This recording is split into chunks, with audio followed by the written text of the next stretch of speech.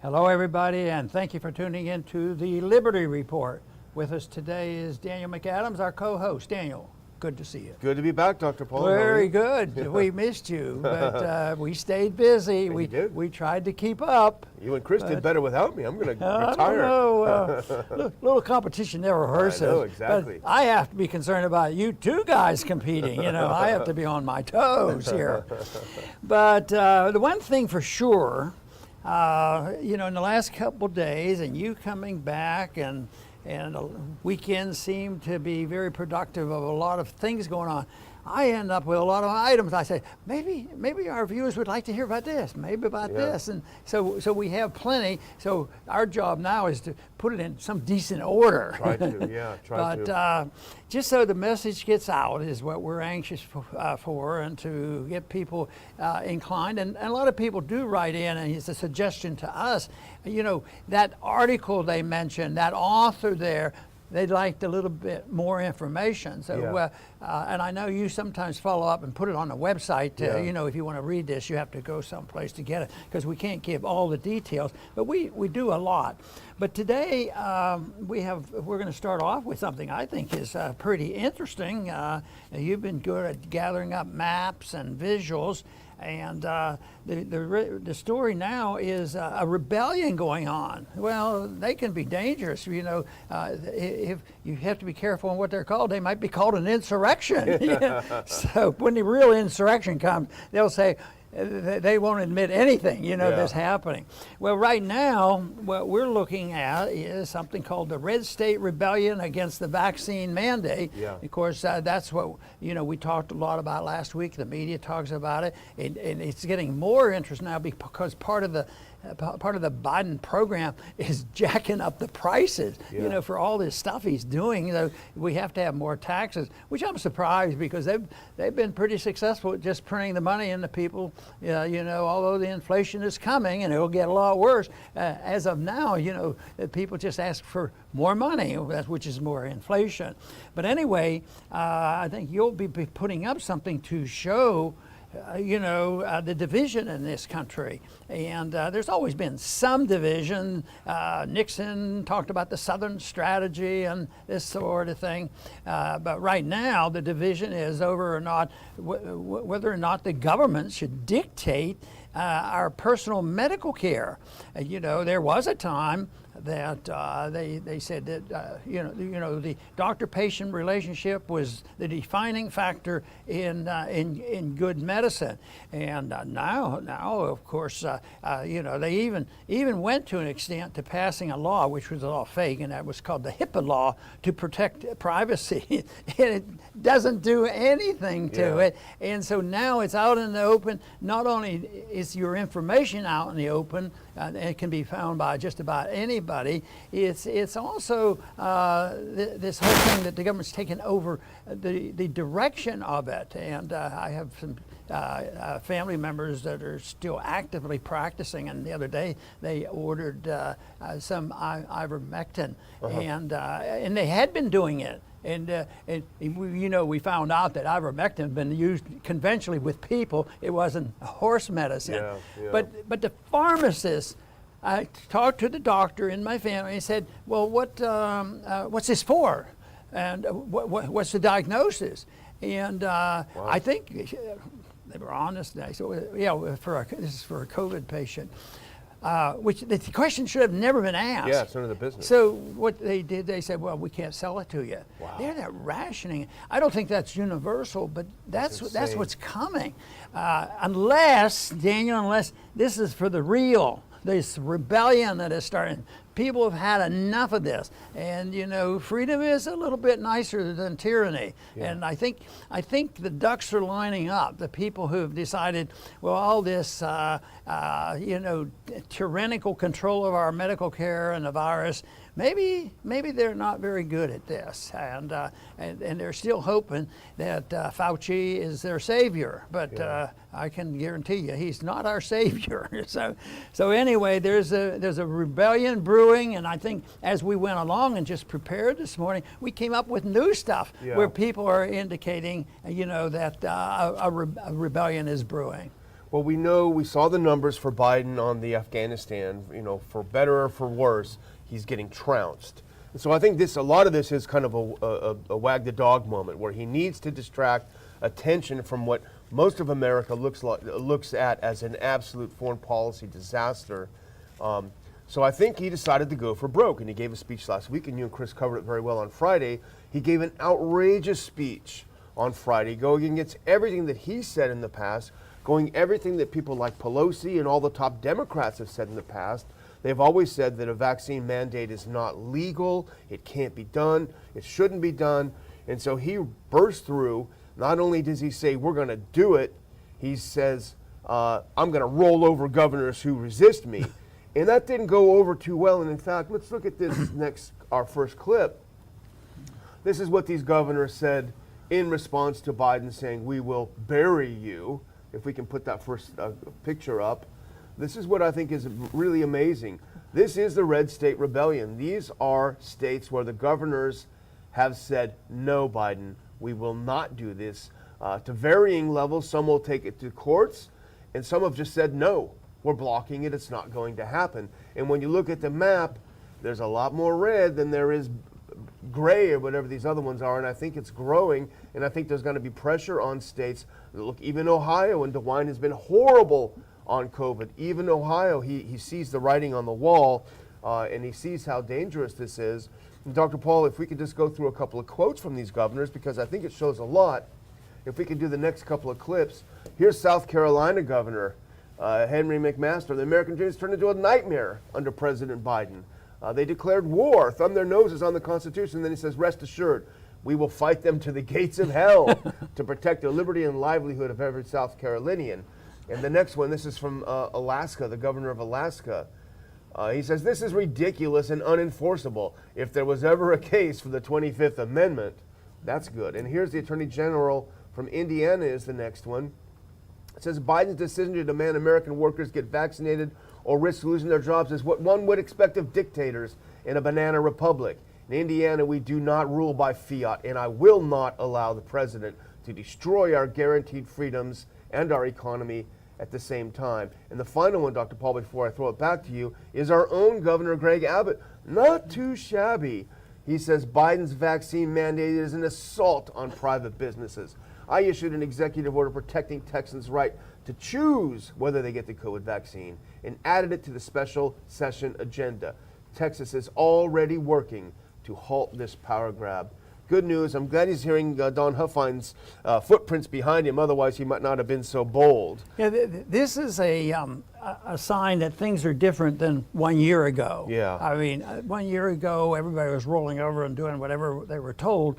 Now, I think the evidence is coming out that things aren't as rosy and they're not as effective as they are supposed to be. And there's a lot of questions being raised about the vaccine. And all of a sudden, we're even now, and we may mention this later, there's even a discussion going on with the so-called competition between natural immunity and vaccine immunity, which, as far as I'm concerned, is key. Because once you understand that the difference, all of a sudden there is no purpose of the vaccine passport. Yeah. It doesn't make any sense.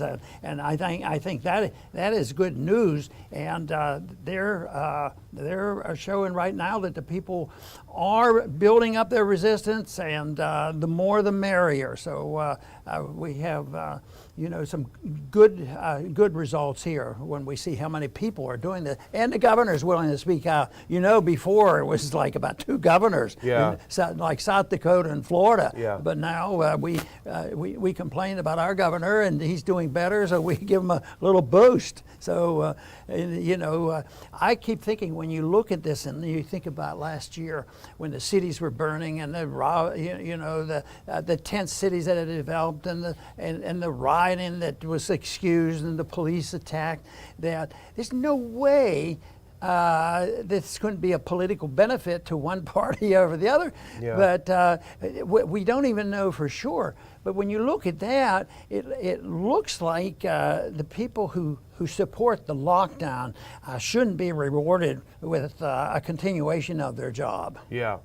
Well, this is a slow process, and I think the momentum is starting to go in our favor, and we'll talk later about overseas where it's also going. But the thing about Biden's speech that was crazy, and many people pointed this out, and the Daily Caller was one of them. We do have a video clip that's coming up next. But Biden is trying to convince people to take the vaccine, while at the same time telling us that the vaccine doesn't work. And no wonder people are confused. Let's put up this next video clip, and you can listen to this on your headphone, Dr. Paul. This is Biden during his speech on Thursday. Disney, Tyson's Food, and even Fox News. The bottom line, we're going to protect vaccinated workers from unvaccinated coworkers. We're going to reduce the spread of COVID. I mean, it's not complicated. He said we have to protect vaccinated people against their unvaccinated coworkers. Well, isn't that why people get the vaccine, so they're protected from unvaccinated coworkers or anyone else? So he actually proved a point that goes against what he's trying to say. Yeah. You know, the vaccinations, and now we're getting other information out that there may be a rebellion going on at the FDA. Yeah. A couple top investigators there, I think, quit. And it's showing that the rebellion is spreading, and when you see the split there, pretty soon maybe there'll be a bigger split between the CDC and the FDA. Yeah. So that is good, and it's good because it sends a message to the people that they don't even know what they're doing. Yeah. And of course, when the real scientific evidence comes out and people understand it a little bit better, all of a sudden they're going to lose enthusiasm for it. Because when the FDA comes out and said, we probably don't need these extra shots, one shot is about the best you can get, all of a sudden, what? Yeah. What's going on? And they're talking about the third one? Yeah. And it looks like they were almost hurrying this shot up because, I think they probably knew the FDA wasn't going to be roll over for all the vaccine people that want the lockdown. And I think we even saw that just today, just before we went on, that the FDA was saying, it's very questionable whether this booster is needed. And Moderna stock is going like this. Oh no, what are we going to do? The weird thing is that Biden is such a bad salesman for the vaccine because he keeps telling us it doesn't work, and then he expects everyone to go get it. And I think that's why he's trying to, put up his dukes and say, hey, we're going to beat you into taking this thing. Whereas in reality, obviously, people would take it if they believed it. And let's finish out this segment with a couple of tweets from our favorite member of Congress, who we had the pleasure of spending time with last weekend at the Ron Paul Institute conference, and that is Thomas Massie, who gave a great talk. But he makes a very good point. He did this on September 11th. He said, vaccine mandates and booster vaccines are being pushed by vaccinated people who aren't happy with the effectiveness of the vaccine they took. Leave it to Massie to really put something together in a succinct way. But let's look in that next one that Massie, and this is actually breaking news, he tweeted this from the House Judiciary Committee just this morning, 10 a.m. this morning. He said, I believe we are about to vote against Biden's illegal vaccine mandate in the Judiciary Committee in the course of our budget reconciliation hearing. We're having a great debate on it. The Democrats are offering almost no rebuttal so far. Stay tuned for the roll call. And I haven't seen the roll call yet, Dr. Paul. It could be wrong. They might go along party lines. But just a fact that it looks like some of the Democrats in the committee are a little bit nervous about a president saying, Deus Vult, you will get this, shot or get fired. It should be considered un-American. Yeah, it should be. Immoral. And unconstitutional. Besides that, we don't like it. We don't like it. So, there was a comment I made, as a matter of fact, even today about the vaccines and all. And it's, of course, we rely a lot on Zero Hedge for up-to-date news. Yeah, I'll tell you what, they do a good job. And I want to read a quote that came out today about, some of the inefficiency. They said imposing green pass rules on certain venues is needed. This comes from Israel. Yeah. And this was these are really authentic because it was on a mic that nobody was supposed to be listening to. That's right, yeah. That makes it more important. Imposing green pass rules on certain venues is needed only to pressure members of the public to get vaccinated and not for medical reasons. Wow. And that's the health minister talking to the interior minister, admitting. I'm going to read a little bit more of this. Israeli Health Minister Nitzan Horowitz said on Sunday, ahead of a major cabinet meeting, and of course he didn't think anybody was listening. Unaware that his words were being broadcast live to the nation on Channel 12, Horowitz told Interior Minister Shaked that not only should the green passes be removed as a requirement to dine at outdoor restaurants, but also for swimming pools to, all this nonsense. And people, so this is an official, this is who's running things, and it's sort of, the biggest problem with the people getting truth out of government, I think that is the biggest problem, because, and that's why they're disgusted with it, because you can depend on government officials almost consistently to distort and to confuse and flat out lie for their purposes, whether it's in foreign policy or domestic policy. But this really confirms they're lying, and again, what it's going to do, it's going to encourage people to become less supportive, and this will serve our interest, because people wake up. Maybe there is some truth that we shouldn't pay any attention to these people, and they've gone completely wrong, and there's a lot of mistakes made, and they continue to make them. This whole idea that the vaccinated people, their enemy, are the unvaccinated. Yeah. Which they're saying. That's what they're saying. Which is saying that the vaccine doesn't work. Yeah, I just wonder how long before the Israelis are going to be sick of being pushed around by their government. We talk a lot about Israel because it's a fascinating situation where they were forced into taking these vaccines. And now here we see the people who did the forcing saying, hey, it wasn't for medical reasons. We just wanted to push people around and force them to do what we wanted. I think, I sense the Israelis are going to get a little bit irritated with this, and they probably should. But speaking of Israel, and here's our second main story of the day, which is this the issue of this Israeli study. And we can put up this next clip. This is from the Times of Israel. And it's fascinating. Now listen, it's published but not peer review, okay? We're, caveat right there. But what they did is that they took a good look at immunity after vaccine versus immunity after recovering from the disease. This is the Maccabee Healthcare Service. They compared individuals who got 2 shots of the vax with 46,035 people who caught and recovered. The result, Dr. Paul, is startling. People with double vaccine had a 6 times higher chance of catching the virus than those who recovered, which is not how it was sold. Israel had 640 breakthrough infections among the vaccinated and only 108 among those previously infected. A separate sample in Israel was even more startling. A sample of 16,215 infected during Israel's third wave, January to February to 2021, compared with people vaccinated during that period. The Delta had a 27-fold higher chance of breaking through the vaccine than from those who acquired natural immunity through recovery from previous infection. Blockbuster study, and even CNN could not ignore this study. And let's listen to Dr. Fauci's response when asked, well, what about this Israeli study? How do I convince people to take the shot when the data coming out of Israel is saying a different story? Let's put that second video clip up. Here's Fauci on CNN, of all places, asked this question. His reaction is priceless.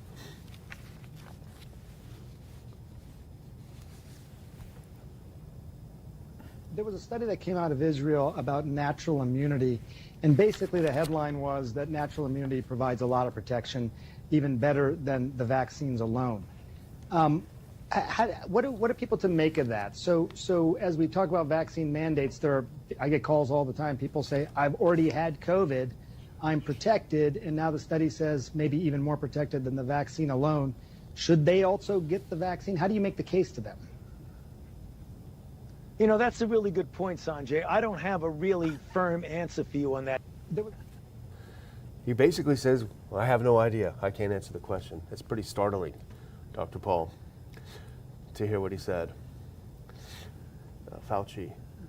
He said, he did go on to say, we don't know how durable the immunity is after receiving the dose, et cetera, et cetera. Okay, that's fine. Maybe you don't know how durable natural immunity is, but we do know that the vaccine immunity must be wearing off, otherwise they wouldn't be talking about a booster, right? I mean, it's pretty simple. Yeah, and he says this on with an open mic. Yeah. You know, I mean, he wanted people to hear it because he was really trapped. Yeah, I mean, the look on his face. In that whole thing, that it never, well, maybe CNN eventually will have to shift gears a little bit because they allowed that question to be asked, and that doctor isn't exactly a friend to libertarian ideas, but he put him on the spot, which means it was that much more valuable, and that tells you that Fauci's a little uncertain about what's going on. He doesn't have an answer because his position doesn't really have it. So this is their problem. This might be his undoing finally, because when Gupta, as you say, the most mainstream, no friend of personal freedom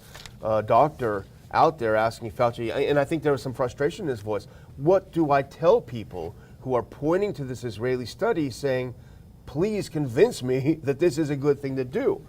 We have no firm answer on that, which Fauci says. There was a good article also on this subject in AIER, and they talked about the details of what you can't know, and yet they take the position that natural immunity, the evidence is overwhelming that natural immunity does protect much better and much longer, and that the repeated vaccines is actually damaging to the T cells, which is another natural protection. But they claim the statistics are unknown. They think our argument is much stronger than has been proven yet, because there are estimates on how many people, and we talked about this when they were reporting diseases, and the infections and the positive tests and all the negative positives and the reliability of the test. But they argue that probably half of the population has natural immunity, and mainly because a lot of people never reported it. Sometimes if one member of a family, has it, and then the other ones have milder symptoms, and they have it, and they know what it is, and people are getting better, they don't report all this. So, but they do get their natural immunity. So there's no way that they'll ever know exactly. But their estimate was that they believe that half of the population right now has natural immunity. So mess them up with forcing vaccination makes no sense whatsoever, and it's a bit of hysteria and profiteering that I think is going on. Yeah, indeed. Well, here's another bit if we want to move on to the UK, because this is also huge news. The UK, as we know, because we've talked about it for months, Dr. Paul, they have been not quite as bad as lunatic asylum Australia, but they've been pretty bad with vax mandates and shutdowns and lockdowns and don't go out and don't do this and don't do that. We were wondering how long it was going to be before they started waking up and the people of the UK said enough. We've seen a lot of protests in London. We've seen a lot of protests throughout the country. Finally, we're seeing something very significant happen. And I think, Dr. Paul, politically, this is a blow to Biden, because Biden moving forward, grabbing, pushing more and more. Let's look at this next picture. This is the health minister, the vaccine minister in the UK. The UK's passport plan triggers backlash in the UK. They have announced that they will all of a sudden drop all plans for vaccine passport. You do not have to show your papers to go anywhere in the UK. And I think it will happen today. Boris Johnson, who is a tyrant, he said he is going to roll back a lot of the coronavirus authority that he's given himself. The evidence has to be overwhelming for them to have to do this, because they have to be so embarrassed about it, and that they have to stand up and say, all this stuff we've been talking about is completely wrong, and we're not going to do it. But at least they are backing off. But the truth is, though, they could have not instituted it if they followed some other rules that they should, like to keep the government out of practicing medicine and a few other things like that. But I think all this is good news, that they're waking up, they're willing to say it, and they stand in front of a mic and say, in England, they're saying, well, yeah, we like this passport idea, but we have to be aware they'll think up something else. You know, right now there's still too many believers in monitoring people going in and out on whether or not they've had the shot. I don't know, and I don't even think they'll go to saying, well, we will actually measure your antibodies, because they'd lose that argument too. Yeah. Because if anything is close to what I just read, that there's an estimate that maybe half of the people that haven't even been reported on probably have immunity. Well, the thing that's significant about the UK is that this was not Boris Johnson waking up and saying, you know what, I'm really sounding like horrible, like Stalin, I'm going to back off. No, this was a cross-partisan rebellion within the Parliament of the UK. And this is a message for the US Congress, for Democrats out there too, that these people who are opposed, who are in opposition, have stood up to it. And this is Alistair Carmichael of the opposition Liberal Democrats. He said of Johnson's scheme, this, quote, opens the door to a major change in the relationship between the citizen and the state. This is the imposition of vax mandates. It's fascinating. The Labour Party, Angela Rayner, deputy leader of the Labour Party, said their party cannot support any potential COVID pass scheme for access to everyday services. And even better, his own party, Conservative MP William Ragg, called it, quote, a load of rubbish. This is a load of rubbish. So I think when Johnson looked over and he saw that he had lost even his own people on this, that's when he realized the gig is up. Something's going to happen. Yeah, and one thing is maybe this will happen, but problems like this have existed before. But after the dust settles, but they don't seem to learn a long-term lesson. Which to me, the lesson is bureaucratic answers to the idea of when an individual should submit to getting a vaccination. It's a completely different issue, and that I think is the real problem. And there's too many who have been in government on both sides of the aisle that have been tinkering and with the principles of liberty, a little sacrifice of liberty for safety, and that's why they justify just about everything they do in Washington. You know, whether it's the welfare state or the warfare state, it's always for safety. For safety, that's what they have to do. Keep you safe and take care of you. You have to have a safety net. There's a safety net, and we sure wish that people could get out of those safety nets, because they're hemming them in. They're not helping people. Yeah. Well, at the same time, the UK has said, we can't do this. This isn't working. Let's look at this next picture here. This is what Biden's doing. He's moving in the opposite direction. We're not done yet. That's what Biden said. We're not done yet. Biden to announce more pandemic measures. He may have stepped out ahead of things here. If he sees that, and I think that's why the UK thing is so significant. And as we started the 27-state rebellion, and I think some blue states should join in, because this should not be political. And unfortunately, it is political. It should not be. But if he's moving in the wrong direction and the winds start blowing the other way, which it seems like they are, could get interesting. Yeah, sure is. There's a bit of freedom left. And we suffer not only from the taking away of our liberties, but we suffer more from lack of enthusiasm and understanding of the necessity and why the principles of liberty are so important. That's something the founders understood. I mean, they didn't run because they wanted to get food stamps, and they didn't want it because they wanted to invade a European country or the Middle East. That wasn't what they were talking about. And they talked about the principles of private property ownership and what personal liberty meant. But we've drifted so far away from now it's a political game where, you know, it's sort of disgusting about, how the two parties aren't exactly alike. And yet I always say, but the big stuff they're very much in agreement with. So you can't blame Biden for the inflation that's coming, the price inflation, why the cost of living is going up. He was part of it. He was part of a system he never said boo to. Yeah. But no, it took a lot of Republican votes and it took a lot of Democratic votes, and it took a lot of support from the people for us to get to where we are. So those attitudes have to change. That's why I'm excited about it when I see attitudes changing. And I was thinking about, I'd like to sort of mention the football game. You don't happen to have that thing. We have that final clip, yeah. Let's have a look at that, because this is where real America is at. That final video clip that we found on Twitter. We can play that one. Yeah, I think this is neat. Yeah, this is why he's behind. Let's watch this. Here we go. Can't sit back in coverage. You can't sit in man coverage.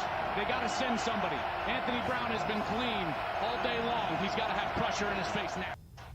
You know, I don't know why I get so excited about this, because I don't even watch football games. I think football is great. I love sports and all this, but I'm not a very good spectator. But that to me are people, they don't even know what they're cheering for. And it's okay, because what they choose to cheer for is who's going to win the football game, which is sort of benign and fun and the kind of thing you do in a free country. But they were cheering for liberty, as far as I'm concerned. And a year ago, that didn't happen. You know, and that stupidity of propping mannequins up and pretending that we're people watching. And it's still, where I see it bad, is the capitulation of the large companies, especially the owners of football, because they roll over for the government, and they are participating, and they're corporatists who lend toward and drift toward more of a fascist state, because they want to be the enforcers. But somebody's going to be disappointed. They're not going to have any passports to check. So, but they might check. They might find something else. But what we need is the momentum of what's happening in that football game. And I don't even know who was playing, but I know there was somebody enjoying the fact that they could go there, and I didn't see one mask. Yeah, that's right. Well, they were cheering for the team, but, you know, I saw clips from other football games across the country, and over, they were also chanting blank Biden. So he might be, you know, looking at a different kind of rebellion there. Some bad words we don't even say on the show. But the final little mini story we want to talk about, and this is the miscalculation on the part of Biden by saying, take a shot or lose your job. Because particularly in this economy, and we see it throughout here in Brazoria County too, literally every business says help wanted, we're hiring, please come in. And when Biden's telling America, take this shot, do what I say, or you're fired, a lot of America is saying, forget it, I quit. And this is, look at this next one. There are real world consequences to doing this, to messing with the economy like this. And we talked about this earlier. There's a New York hospital that had to pause delivering babies after staffers quit rather than getting vaccinated. I think there were 60 staffers who said, okay, forget it, we'll quit, we're done. You know, the name that came to my mind when I first saw this was Ayn Rand. Go on strike, you know. But how can a doctor go on strike? You know, and a lot don't like it, and they're not comfortable with it. But what if what they're doing is worse than making the point? And right now, I think this is probably more isolated, and it's gotten some attention. And but if you endorse a system which is rotten to the core, you're doing more harm. So if you endorse something that helps this much by giving up 100% of the principle, then you're making things much worse. But these people stood up for it. But it reminds me, and I may have mentioned this one time already, but you know, the school system's all messed up, and they're still not straight, because there's some dictators in these school districts that still want lockdown on that. So they passed all these laws, especially you know, last year and last year's term, and then they were hoping everything would be fixed up during the summer and everybody would rush back to the schools. Well, it turns out that parents remembered. As a matter of fact, they've been more aggravated in some regards. So that they sent their kids to school, but the kids, some of them, which didn't have parents that monitored them all of a sudden the attendance went crashing down, and it might have even been the parents might have been participating, but the attendance level was way down. They say, well, there's a little rebellion going on there. But what is interesting is the mentality of this, because the first month ends up, or when they have to make the report to the government to get their reimbursement per student, they didn't have enough students. Oh boy, we're going to get cut 10%. So they had a solution. There was no problem. what we need to do is get the students there. They then say, well, why aren't they coming? Yeah. You know, we got to get the students there.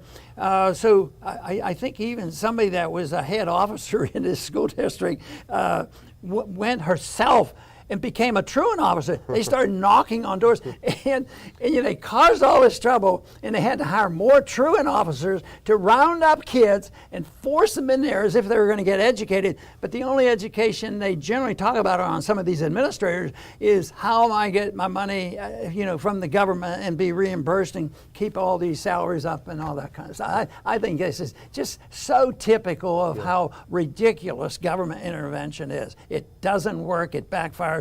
And there's just a couple principles they need to follow. They shouldn't do anything that's immoral or illegal or unconstitutional, or you have to use coercion. Simple little rule of that would solve a lot of our problems. Those kids are probably all sitting home watching Tom Woods do the Ron Paul curriculum, you know, actually learning something.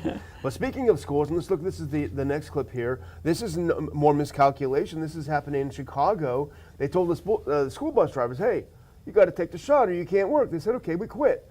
And so now they got problems. After school bus drivers quit over vaccine mandate, Chicago is looking to Uber and Lyft for help.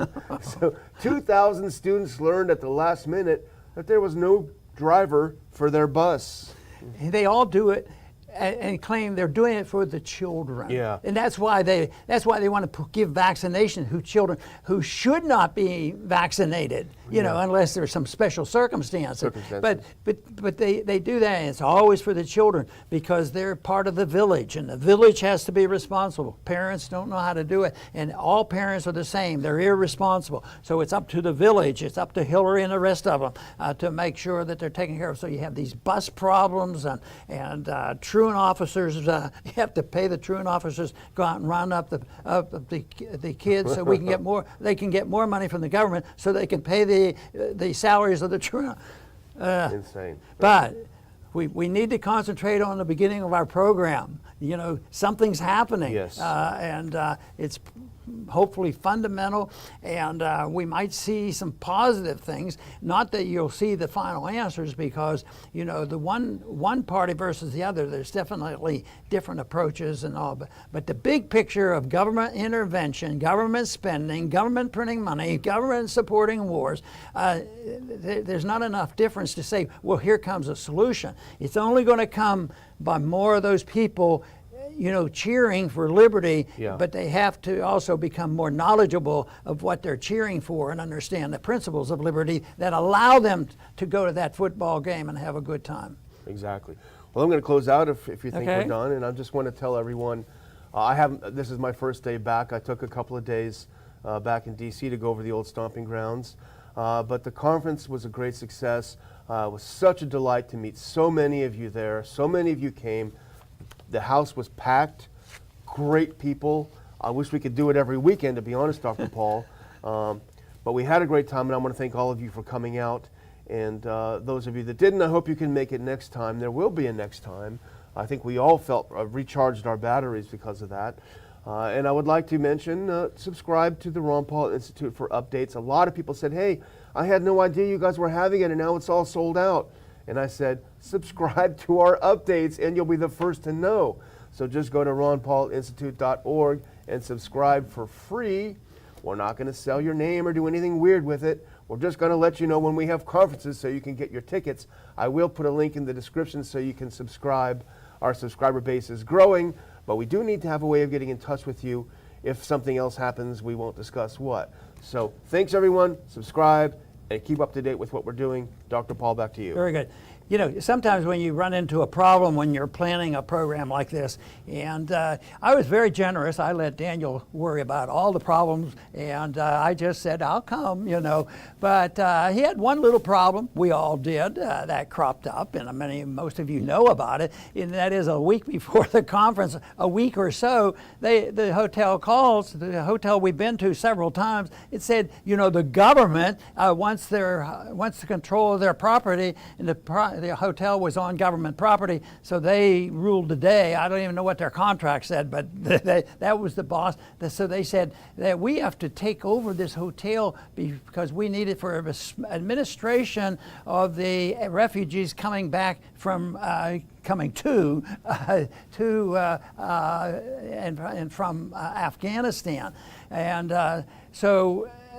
but the hotel told us, well, they'll all be out by August 30th, and you guys can get in by the 3rd and be okay. I told Daniel, no way, we can't do that. I mean, if anything, what you learn in Washington, there's a lot of things you should learn, and a lot of things that people don't learn. But one thing you should learn is you can't really trust what the government tells you.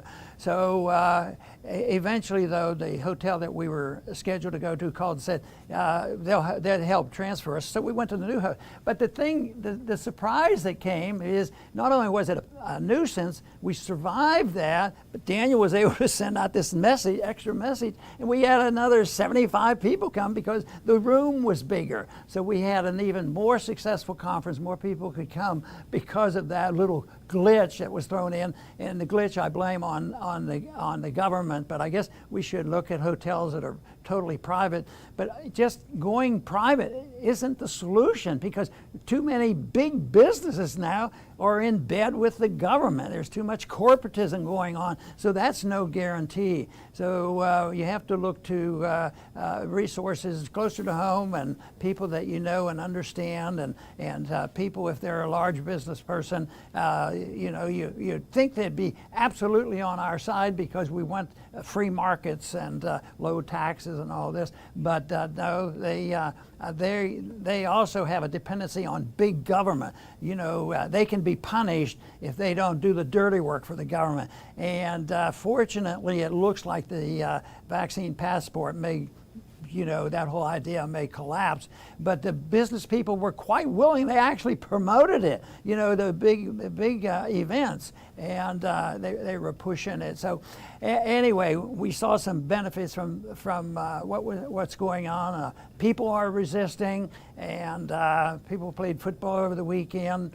So we'll keep plugging away, because it certainly is available to us if enough people wake up, because I know that we met a bunch of them on the weekend. They don't need educated, in the sense that they know what they want. They want to live in a free society, and that's why we are so grateful to have you supporting us and tuning into our Liberty Report. And please come back soon.